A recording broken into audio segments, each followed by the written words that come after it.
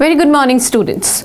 आज हम डिस्कस करेंगे जो डिफरेंट जो है कुछ वर्ड्स के साथ, दैट मीन्स प्रेपोजिशन और एडवर्ब का जो पोजिशनिंग फैक्टर है जो आपको पेपर में जो है वो पूछा जाता है। ठीक है, तो ये भी आपके पेपर्स में जो है कुछ वर्ड्स जो हैं पूछे गए, बहुत ही सिंपल वर्ड्स हैं। That is the basic problem. बहुत ही सिंपल वर्ड्स पूछे गए हैं और वो भी डिफरेंट पार्ट्स ऑफ स्पीच में डाल के पूछे गए हैं, तो वो चीज़ जो है वो थोड़ा सा इंपॉर्टेंट रहता है, बिकॉज हमें पार्ट ऑफ स्पीच में डालना एक वर्ड को आना चाहिए। ठीक है, अब यहाँ पर एक बात है, ये मैंने आपसे अपनी प्रीवियस वाली जो वीडियो उसमें मैंने आपसे कुछ क्वेश्चंस पूछे थे जिसमें आपको कुछ वर्ड्स दिए थे जो कि आपने प्रेपोजिशन और एडवर्ब में डालने थे, तो वही आज आपके साथ डिस्कस करूंगी। कॉन्सेप्ट है, जैसे कुछ वर्ड्स हैं हमारे पास, प्रेपोजिशन और एडवर्ब का जो लिंकेज है वो बताते हैं। तो let's have a look what is the basic part of your preposition and your adverbs. थोड़ा सा इंट्रोडक्शन है, ग्रामर नहीं डिस्क्राइब कर रही हूं, सिर्फ थोड़ा सा बताना चाहूंगी कि आप लोग किस तरीके से स्टेटमेंट को पुट अप करेंगे। ठीक है, अब देखिए प्रेपोजिशन है बच्चे, प्रेपोजिशन क्या बताता है? प्रीपोजिशन बताता है, रिलेशन बताता है। ठीक है, प्रेपोजिशन, प्रीपोजिशन और रिलेशन बताता है आपका किसके बारे में रिलेशन बताता है? वो बताता है नाउन और प्रोनाउन का रिलेशन बताता है। ठीक है, नाउन और प्रोनाउन का रिलेशन बताता है। उसी केस में अगर एडवर्ब्स को देखते हैं तो मॉडिफायर्स कहलाते हैं एडवर्ब्स। ठीक है, एडवर्ब्स को हम क्या बोलते हैं? मॉडिफायर्स बोलते हैं। और मैक्सिमम 70% क्राइटेरिया में हम इसको बच्चे LY का फैक्टर बोलते हैं। ठीक है, जो भी वर्ड्स होते हैं जिसके पीछे LY लगा होता है वो 70% क्राइटेरिया के अकॉर्डिंग वो LY ही मतलब एडवर्ब्स ही कहलाते हैं। ठीक है, थोड़ा सा एक सिस्टम बताऊंगी कि एडवर्ब और प्रेपोजिशन बच्चे दोनों ही रिलेशंस बताते हैं। ठीक है ना, दोनों रिलेशंस ही बताने के लिए स्टेटमेंट में इंसर्ट किए जाते हैं। Let's have a look to the statement, जैसे कि he is fond of music. ठीक है, ये एक स्टेटमेंट है क्योंकि प्रीपोजिशन और रिलेशन बता रही हूं। मैक्सिमम बच्चों को प्रेपोजिशन सिर्फ प्रीपोजिशन से ही समझ में आ रहे होते हैं, ऐसा नहीं है बच्चे। प्रेपोजिशन प्रीपोजिशन तो बताएगा बट वो किसी ना किसी का रिलेशन जरूर सेट करता है। अब बहुत इंपॉर्टेंट एक बात बताने जा रही हूं कि जो प्रेपोजिशन है बच्चे वो प्रीपोजिशन होता है। ठीक है, प्रीपोजिशन किसका होता है? नाउन या प्रोनाउन का होता है, और वो कौन सी पोजिशन को डिफाइन कर रहा होता है? प्लीज इस चीज का जरूर ध्यान रखना, वो ऑब्जेक्ट की पोजीशन का रिलेशन बता रहा होता है स्टेटमेंट में। यही इंपॉर्टेंट चीज है, यही हमने देखना है कि प्रेपोजिशन प्रीपोजिशन तो लगाया लेकिन कौन सी प्रीपोजिशन होगा नाउन प्रोनाउन का जो कि ऑब्जेक्ट की पोजीशन होनी चाहिए, और साथ में वो किस तरीके से रिलेशन सेट करता है। रिलेशन किसके साथ? Please have a look, relation किसके साथ? आपके अदर पार्ट्स ऑफ स्पीच के साथ। अदर पार्ट्स ऑफ स्पीच के साथ किस तरीके का रिलेशन जो है वो आपका प्रेपोजिशन सेट करता है, तभी हमें पता लगता है कि हमने यहां पर प्रेपोजिशन लगाई है। अगर ऐसा नहीं है तो वो एडवर्ब बनेगा। बिल्कुल यही चीज आपने डिफरेंस में देखनी बच्चे, तभी तो हम स्टेटमेंट को कर पाएंगे। अब देखते हैं, यहां देखिए स्टेटमेंट क्या है। I just rewrite the statement, he is fond of music. सिर्फ एक पार्ट बता रही हूँ, प्रेपोजिशन कंप्लीट ग्रामर डिस्कस नहीं हो रहा है बच्चे यहाँ पर। ही इज फॉन्ड ऑफ म्यूजिक। अब हमें पता है कि ऑफ जो है वो आपका क्या है? प्रेपोजिशन है। ठीक है, यहाँ तो पता लगा। साथ में प्रेपोजिशन किससे पहले लगाया गया? म्यूजिक। म्यूजिक क्या है बच्चे? ऑब्जेक्ट की पोजिशन पर आपका नाउन है, और किस तरीके का नाउन है? एब्स्ट्रैक्ट नाउन है। ठीक है ना, किस तरीके का नाउन है? एब्स्ट्रैक्ट नाउन है। तो अगर इस केस में देखें तो आपका जो म्यूजिक है वो फॉन्ड ऑफ म्यूजिक है। ऑफ लगा, प्रेपोजिशन लगा, म्यूजिक से पहले लगा जो कि आपका ऑब्जेक्ट था, तो ये म्यूजिक वाला जो है, म्यूजिक का जो रिलेशन है वो किसके साथ सेट हो रहा है? फॉन्ड के साथ सेट हो रहा है। ही इज फॉन्ड ऑफ म्यूजिक, और यहां पर जो फॉन्ड है वो क्या है बच्चे? It is an adjective. ठीक है ना, तो प्रेपोजिशन ये रोल प्ले करता है। प्रेपोजिशन आपकी प्रीपोजिशनिंग बताता है नाउन प्रोनाउन की, जो कि ऑब्जेक्ट की पोजीशन होगी, और वो कहीं ना कहीं दूसरे पार्ट्स ऑफ स्पीच के साथ रिलेशन सेट कर रहा होता है, तो हम इसको हम प्रेपोजिशन कहेंगे। ठीक है, बिकॉज आपके साथ जो वोकैबुलरी में डिस्कस किया जाएगा ना बच्चे, वो इसी पार्ट में होगा। अगर उसी केस में देखें तो एडवर्ब्स क्या कर रहे हैं? एडवर्ब्स मॉडिफायर्स कहलाते हैं, एडवर्ब्स LY का फैक्टर कहलाते हैं। अगर दूसरी बात में बोला जाए, दूसरी स्टेटमेंट ली जाए, तो बच्चे एडवर्ब्स क्या करते हैं? अपनी इंपॉर्टेंस को गेन करवाते हैं स्टेटमेंट में। अपनी इंपॉर्टेंस को गेन होगा और बाकी सबकी इंपॉर्टेंस को क्या कर दिया जाता है? डिग्रेड। एडवर्ब का जो रिलेशन है बच्चे वो बाकी पार्ट ऑफ स्पीच से कैसा है कि वो मॉडिफाई करेंगे, आपके एडजेक्टिव्स को करेंगे, एडवर्ब एडवर्ब को करता है, एडवर्ब आपके क्या कहते हैं वर्ब को जो है वो मॉडिफाई करेगा, प्रेपोजिशन को मॉडिफाई करेगा, कंजक्शंस को मॉडिफाई करेगा। तो यहाँ पर अगर ये रोल ऑफ ऑनर हम डिफरेंस समझ जाते हैं कि हर एक पार्ट ऑफ स्पीच किस तरीके से काम करता है, तो एक वर्ड को हम प्रेपोजिशन भी बता सकते हैं और एक वर्ड को हम एडवर्ब भी बना सकते हैं according to the relation they are having, according to the meaning of their parts of speech. Preposition का जो मेन पार्ट है वो लेगा, एडवर्ब का पार्ट लेगा। ठीक है, अब देखो यहाँ पर क्या है, स्टेटमेंट डिस्कस करते हैं। The first one is about. ठीक है, everyone knows it what is about, बहुत सिंपल है, सुना हुआ वर्ड है, ऐसा नहीं है कि नहीं सुना, डेली लाइफ में सुनते हैं। ठीक है, अब अबाउट वर्ड जो है वो क्या डिस्क्राइब कर रहा है।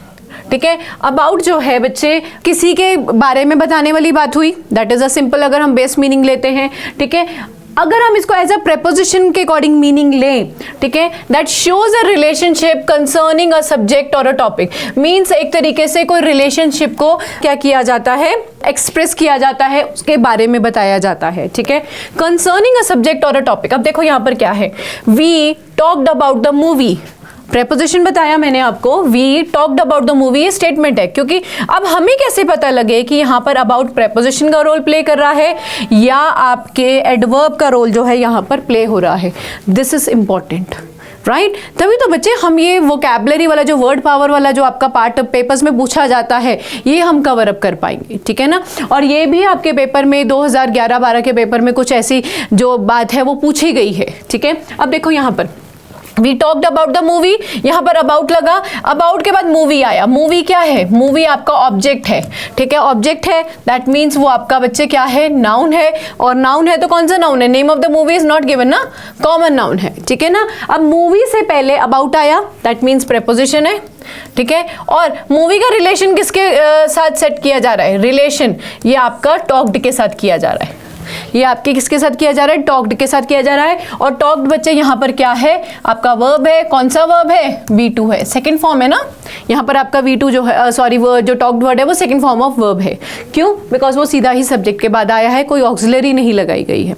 ठीक है, तो यहाँ पर अबाउट वर्ड जो है वो कौन सा रोल प्ले कर रहा है, प्रेपोजिशन का रोल प्ले कर रहा है। ठीक है, नेक्स्ट देखते हैं एडवर्ब्स के साथ। ठीक है, अब एज एन एडवर्ब क्या कर रहा है, एडवर्ब के अकॉर्डिंग क्या बताता है बच्चे, अप्रोक्सीमेशन बताता है, और something in a vicinity, means किसी चीज का सराउंडिंग पार्ट जो है वो बताता है। अब देखो कैसे बता रहा है, स्टेटमेंट में देखो, they were walking about in the park, they were walking about in the park. ये स्टेटमेंट काफी बच्चों को पढ़ने के बाद लगेगा कि ये तो गलत है, बिकॉज अजीब लग रहा है ना, अबाउट इन बिटवीन बहुत ही अजीब तरीके से लिखा गया है कि they were walking about in the park, कहीं ना कहीं तो मिस्टेक लग रही है, बिकॉज अबाउट जो है सुनने में अच्छा नहीं लग रहा। प्लीज हैव अ लुक, सुनने वाले ग्रामर को अप्लाई नहीं करना है, यहां पर जो अबाउट है, please have a look, about जो है यहां पर एडवर्ब है। कैसे है, बिकॉज स्टेटमेंट बता रही है कि यहाँ पर अबाउट इन द पार्क के बारे में यहाँ पर एडवर्ब ऑफ प्लेस के बारे में बात की गई है। ठीक है ना, यहाँ पर पार्क की जो जगह है उसके बारे में बच्चे बात की गई है, and this is the reason यहाँ पर अबाउट जो है वो क्या है, आपका कहते हैं एडवर्ब है। और दूसरी बात, अगर मैं ये लिखती they were walking in the park, statement ठीक है, they were walking in the park statement ठीक है, बट मैं बताना चाहती हूँ कि they were walking about in the park, तो मैंने प्लेस की डिस्क्रिप्शन बताई। प्लेस की डिस्क्रिप्शन का मतलब है ऑलरेडी यहाँ पर प्लेस तो बताई हुई है और यहाँ पर वॉकिंग भी तो बताया गया, तो हुआ क्या, आपके अबाउट ने आके आपके वर्ब को, आईएनजी फॉर्म को डिग्रेड किया, उसका एम्फेसिस लेवल कम किया और अपना एम्फेसिस लेवल बढ़ाया है। ठीक है बच्चे, यही तो एडवर्ब का काम होता है। एडवर्ब क्या करता है कि अपनी इंपॉर्टेंस को गेन करवाता है, ठीक है ना, बाकी सारी इंपॉर्टेंस कम हो जाती हैं। ठीक है, और सेकंड थिंग ये था कि प्रेपोजिशन नाउन प्रोनाउन का ही रिलेशन होता है, लेकिन एडवर्ब तो आपके साथ एडजेक्टिव को मॉडिफाई करेगा, एडवर्ब एडवर्ब को करेगा, एडवर्ब वर्ब को मॉडिफाई करता है, और यही मेन इसका एस्पेक्ट होता है। प्रेपोजिशन और कंजक्शंस को भी मॉडिफाई करता है आपका एडवर्ब। ठीक है ना, तो इस अकॉर्डिंग हम ये समझ पाएंगे कि एक वर्ड किस तरीके से प्रेपोजिशन का रोल प्ले कर रहा है और वही सेम वर्ड जो है सेंटेंस में एडवर्ब का रोल प्ले कर रहा है। बच्चे, ये होता है इंपॉर्टेंट पार्ट ऑफ स्पीच को समझने का मेन रीजन। अगर आप ये समझ लेते हैं कि कौन सा ग्रामर पार्ट किस तरीके से लिया किया जाता है। तो वोकैबुलरी सेक्शन आपके पेपर में आया हुआ आप बहुत अच्छे से अटेम्प्ट कर पाएंगे। अब देखते हैं next one, next word around. ठीक है, अब अराउंड जो है आपको पता है, सबको पता है, ये प्रेपोजिशन होती है। हमारे पास दो प्रेपोजिशंस होती हैं इसके रिगार्डिंग, एक होती है बच्चे राउंड, ठीक है, दूसरी होती है अराउंड। ठीक है, अब प्रेपोजिशन का टॉपिक तो अभी मैं ओपनली नहीं कर सकती हूँ, बट थोड़ा सा आपको डिफाइन करवा रही हूँ कि बच्चे प्रेपोजिशन जब हम डिफाइन लेते हैं, समझते हैं, तो दो पार्ट्स में ज़रूर उसको डिवाइड करना चाहिए।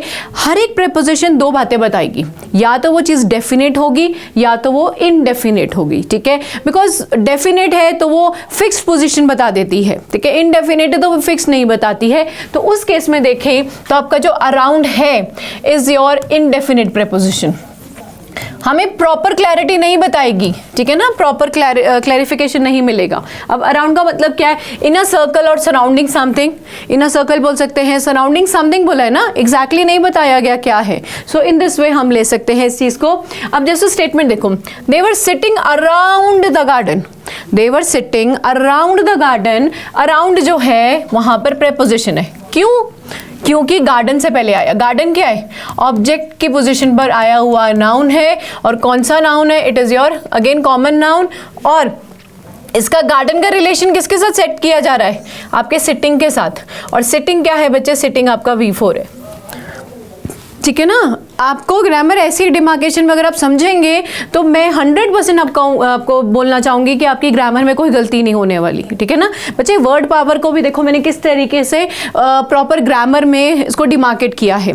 आपका ऑब्जेक्ट किससे पहले आता है, हमने ऑब्जेक्ट डिफाइन किया, और ऑब्जेक्ट का रिलेशन प्रेपोजिशन सेट करता है, दूसरे पार्ट्स ऑफ स्पीच के साथ करता है, और यहाँ पर सिटिंग जो है वो आपका क्या है, V4 है। ठीक है ना, अब यहाँ देखो अराउंड, दूसरा अराउंड पकड़ते हैं जिसका मतलब एडवर्ब है।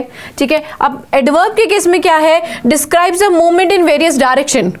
As it is an adverb अगर हम लेंगे तो वो एक मूवमेंट इन वेरियस डायरेक्शन पता है। तो क्या हुआ यहाँ पर, एडवर्ब क्या बताएगा, that is adverb of place के बारे में बताएगा, एडवर्ब ऑफ क्या कहते हैं, क्वांटिटी है, क्वालिटी है, इतने सारे एडवर्ब्स हैं। ठीक है, तो उसके अकॉर्डिंग यहाँ पर एडवर्ब डिफाइन होता है। अब देखो, दे वंडर्ड अराउंड एमलेसली, दे वंडर्ड अराउंड एमलेसली। अगर स्टेटमेंट ऐसी बोली जाए, दे वंडर्ड एमलेसली, स्टेटमेंट ठीक है, बट हमने एम्फेसिस देना है, एडवर्ब को इंसर्ट करना है स्टेटमेंट में। बच्चे देखो, एडवर्ब जब इंसर्ट किया जाता है वो स्टेटमेंट को एम्फेसिस लेवल देता है, उससे स्टेटमेंट बिना लगाए जो है वो ग्रामेटिकली करेक्ट मानी जाती है। अगर आप अराउंड नहीं लगाओगे, ये देखो अराउंड हटा देते हैं, नहीं लगाते हैं, तो आपकी स्टेटमेंट ग्रामेटिकली ठीक है, दे वंडर्ड एमलेसली, ऐसे ही घूम रहे हैं विदाउट एनी एम। ठीक है ना, तो हम लगाना चाहेंगे, हम एम्फेसिस देना चाहेंगे, तो हमने अराउंड वर्ड लगाया। अब देखो इसमें क्या हुआ, they wandered around aimlessly means around आपका यहाँ पर क्या है, एडवर्ब है, और एडवर्ब यहाँ पर किसको मॉडिफाई कर रहा है बच्चे, एडवर्ब यहाँ पर अपने साथ में वर्ब को मॉडिफाई कर रहा है, बिकॉज वंडर्ड जो है वो आपका V2 है, सेकेंड फॉर्म ऑफ वर्ब है। ठीक है ना बच्चे, ये छोटी छोटी जो ग्रामेटिकली आपको बात सुनने को मिल रही है ना, इसका ये मतलब है कि आपको ये सारे एस्पेक्ट्स आपके लैंग्वेज में, ग्रामर में आए हैं, मींस आपको समझ में आ रहे हैं ये चीज़ें। ठीक है ना, तभी आपको इस तरीके से वोकैबुलरी जो है वो मैं ग्रामेटिकली पुट कर रही हूँ, बिकॉज पेपर में इसी चीज़ की डिमांड होती है। अब आपको कई स्टेटमेंट्स भी आती हैं, डू एज डायरेक्टेड की स्टेटमेंट्स आती हैं, एरर डिटेक्शंस आते हैं। ठीक है, तो अगर ये कॉन्सेप्ट इस तरीके से आपको क्लियर होगा तो बहुत अच्छा रहेगा आप लोगों के लिए। ठीक है, अब यहाँ पर तो ये हो गया, तो यहाँ पर ये वाला जो अराउंड था वो एडवर्ब है, क्योंकि वो आपको मॉडिफाई कर रहा था आपके वर्ब को, और यहाँ पर जो है अराउंड जो है वो प्रीपोजिशन आपके ऑब्जेक्ट के साथ लगाया गया है, और ऑब्जेक्ट का रिलेशन किसके साथ सेट कर रहा है, वो सिटिंग के साथ कर रहा है, जो कि सिटिंग आपका क्या है बच्चे, V4 है, वर्ब का फोर्थ फॉर्म है। ठीक है ना, ओके आगे चलते हैं। Next one after, very simple. देखो अभी देखो वर्ड्स ही बड़े सिंपल हैं, समझने वाले वर्ड्स हैं, वर्ड्स बहुत सिंपल हैं, और यही प्रॉब्लम आता है कि इतने सिंपल वर्ड्स को स्टेटमेंट में जब पुट अप करना होता है देन वी गेट कंफ्यूज्ड। ठीक है, अब देखो आफ्टर है, एज अ प्रेपोजिशन ले तो following something in time on order, किसी के बाद के बारे में बात हो रही है ना, आफ्टर मतलब किसी के बाद। ठीक है, We went for dinner after the movie. We went for dinner after the movie. हम कब गए डिनर के लिए, मूवी के बाद गए। तो यहाँ पर बच्चे आफ्टर क्या है, प्रेपोजिशन है, मूवी आपके ऑब्जेक्ट पे आया हुआ क्या है, नाउन है, जो कि अगेन कॉमन नाउन है, और मूवी का रिलेशन क्या है कि हम कब गए, ठीक है, डिनर के बाद गए, तो यहाँ पर डिनर जो है अगेन वो नाउन है, यहाँ पर डिनर भी नाउन है, और मूवी का रिलेशन डिनर के साथ सेट किया क्योंकि हम कब गए, मूवी के लिए कब गए, डिनर के बाद गए, तो यहाँ पर जो आफ्टर है वो प्रेपोजिशन का रोल प्ले कर रहा है, जिसका प्री पोजिशनिंग ऑब्जेक्ट से पहले आई है, और ऑब्जेक्ट का रिलेशन किसके साथ सेट किया गया है, नाउन के साथ सेट किया गया है। So this is why the word is preposition. Next में देखो जरा, एज एन एडवर्ब आफ्टर को लेटर इन टाइम या सब्सिक्वेंटली, बाद में, एज इट इज बाद में बात हुई है, जैसे कि she arrived soon after, she arrived soon after, ठीक है। अब मैं बोल सकती हूँ शी अराइव्ड सून, ठीक है, बात खत्म होती है, बट नहीं, एम्फेसिस देना है, तो एम्फेसिस कैसे दिया गया, शी अराइव्ड सून आफ्टर। अब जो देखो आफ्टर क्या है, आफ्टर एडवर्ब है, क्यों है, पहली बात पॉइंट टू बी नोटेड कि यहां पर आफ्टर के बाद ऑब्जेक्ट का होना जरूरी है प्रेपोजिशन में, please make it very much clear, preposition object से पहले ही लगाए जाते हैं जो कि नाउन प्रोनाउन ही होते हैं, यहां पर कुछ नहीं आया। फर्स्ट थिंग, इससे भी आपको क्लैरिटी मिलेगी। सेकेंड थिंग ये कि ये जो एडवर्ब है, देखो आफ्टर एडवर्ब है, आफ्टर मॉडिफायर फॉर्म में लगा है, किसको मॉडिफाई कर रहा है, ये अपने सून को कर रहा है, और सून जो है अगेन एडवर्ब ही है यहाँ पर, तो एडवर्ब ने स्टेटमेंट में आके अपने ही एडवर्ब को क्या कर दिया, मॉडिफाई कर दिया। So this is your main grammar बच्चे, यही ग्रामर होती है। इस तभी हम कहते हैं कि कुछ भी शुरू करने से पहले, ग्रामेटिकली कुछ भी शुरू करने से पहले बेस को ज़रूर जानिए, ठीक है। सो मैं ये समझ के चल रही हूँ कि आपको ये सारी चीज़ें की जो है वो नॉलेज है, बहुत अच्छे से है, सो तभी आप लोग ये वाला जो कॉन्सेप्ट है वो बच्चे समझ पाओगे, ठीक है ना। ये सब कुछ बेस में करवाया जाता है, और बेस के लिए आपको मतलब बेस ग्रामर जो है वो आपको आनी चाहिए, अगर आप इस तरीके की वोकैबुलरी को हैंडल करना जानते हैं, ठीक है ना। ओके, यहाँ पर ये हुआ। अब नेक्स्ट देखते हैं ओवर। अब ओवर एवरीवन नोज इट। अगर ओवर जो है प्रेपोजिशन है तो ओवर का मतलब होता है किसी चीज के ऊपर के बारे में बात हो रही है। ओवर जो है अक्रॉस प्रेपोजिशन का भी इंटरचेंजेबल प्रेपोजिशन बनता है, ठीक है ना। तो यहाँ पर इंडिकेट पोजिशन करता है, अबव और अक्रॉस किसी चीज के बारे में बताता है, ठीक है। The plane flew over the mountain, ठीक है। अब देखो ओवर क्या है, ओवर प्रेपोजिशन। ये जो मैं आपको स्ट्रक्चर बता रही हूँ ना बच्चे, ये चीज़ का कभी प्रैक्टिकल मोड में अगर आप बैठेंगे करेंगे ना, तो इस चीज़ को अप्लाई करके देखना, आपको ये जो ट्रिक मिल रही है ना कि प्रेपोजिशन ऐसे आ रहा है, एडवर्ब ऐसे आ रहा है, बहुत हेल्पफुल रहेगा आप लोगों के लिए, ठीक है। अब देखो ओवर है प्रेपोजिशन, माउंटेन के बाद आया, सॉरी माउंटेन से पहले आया, ठीक है। प्रेपोजिशन है, माउंटेन ऑब्जेक्ट है जो कि आपका नाउन है, ठीक है। कौन सा नाउन बनता है, ये एक तरीके से आपका क्या माना जा सकता है, माउंटेन्स बोला गया है, प्लूरल नाउन है, ठीक है। तो हम इसको एज इट इज लेंगे, और नेम ऑफ द माउंटेन नहीं गिवन है तो आप इसको कॉमन नाउन की कैटेगरी में भी डाल सकते हैं।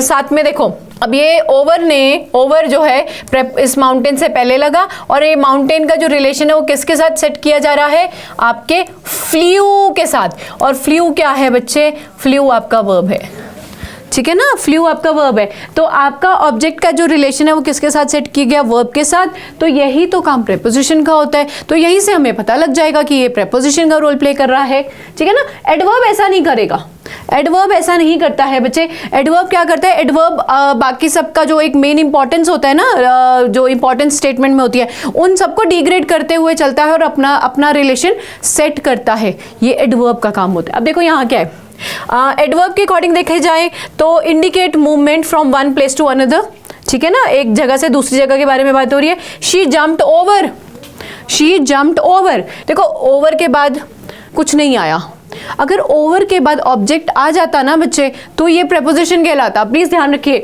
ओवर द फेंस लिख देती मैं, suppose she jumped over the fence. Fence आपका ऑब्जेक्ट है, फेंस आपका ऑब्जेक्ट है जो कि नाउन है, तो बच्चे यहाँ पर ओवर जो है वो प्रेपोजिशन बन जाता। आ रही है बात समझ में, यहाँ पर ओवर प्रेपोजिशन बन जाता, लेकिन स्टेटमेंट इनकम्प्लीट फॉर्म में इस तरीके से दिए, ऐसा इनकम्प्लीट नहीं है, समझ में आ रहा है मतलब। तो शी जम्प्ड ओवर, ओवर क्या है, ओवर यहाँ पर एडवर्ब है, ठीक है ना, इट्स एन एडवर्ब। क्यों, बिकॉज यहाँ पर ओवर किसको मॉडिफाई कर रहा है, आपके जम्प्ड को कर रहा है, और जम्प यहाँ पर क्या है, आपका सेकेंड फॉर्म ऑफ वर्ब है, ठीक है ना। तो ये देखो छोटी छोटी जो चीज़ें मैंने आपको बताई हैं कि इस तरीके से हम एक वर्ड को दो पार्ट्स ऑफ स्पीच में डाल सकते हैं, बस हमें उनका मीनिंग पता होना चाहिए, उनकी जगह पता होनी चाहिए। बच्चे हर एक पार्ट में, हर एक पार्ट्स ऑफ स्पीच में हमारे पास हर एक ग्रामर की अपनी प्लेस ऑफ लोकेशन है। सब्जेक्ट कहाँ आएगा, ऑब्जेक्ट कहाँ आएगा, वर्ब कैसे आएगा, आईएनजी कैसे आएगा, ये सारी चीज़ें पार्ट ऑफ स्पीच में पता होनी चाहिए, सो दैट कि आप इस तरीके का वोकैबुलरी सेक्शन जो एग्जामिनर आपको पूछता है पेपर्स में बहुत अच्छे से हैंडल कर पाएंगे। ठीक है, तो ये था आज का एडवर्ब का पार्ट और प्रेपोजिशंस का। नेक्स्ट रहेगा होमोफोन्स के बारे में, क्योंकि होमोफोन्स भी बहुत अच्छे से पूछे जाते हैं। होमोफोन्स क्या होते हैं बच्चे? होमोफोन्स वो होते हैं जहां पर आपका जो स्पेलिंग पार्ट है वो डिफर करता है। स्पेलिंग पार्ट डिफर करता है, प्लीज ध्यान रखना। स्पेलिंग डिफरेंट होती है, ठीक है, लेकिन जो साउंड है, साउंड जो है वो सिमिलर होता है। ठीक है ना, साउंड सिमिलर होता है। सेंसर, सेंसरी बोलेंगे। अब ये वाला सेंसर और ये वाले सेंसर में क्या डिफरेंस है ये आप लोगों को बताना है। ठीक है, so I am requesting you all कि आप लोग ये जो सारे वर्ड्स, गिवन वर्ड्स हैं, इनका जो है डिफरेंट वोकैबुलरी मीनिंग है, जो डिक्शनरी मीनिंग है, एंटोनियम एंड सिनोनिम्स, वो आप प्रोवाइड करेंगे। So thank you so much, thank you.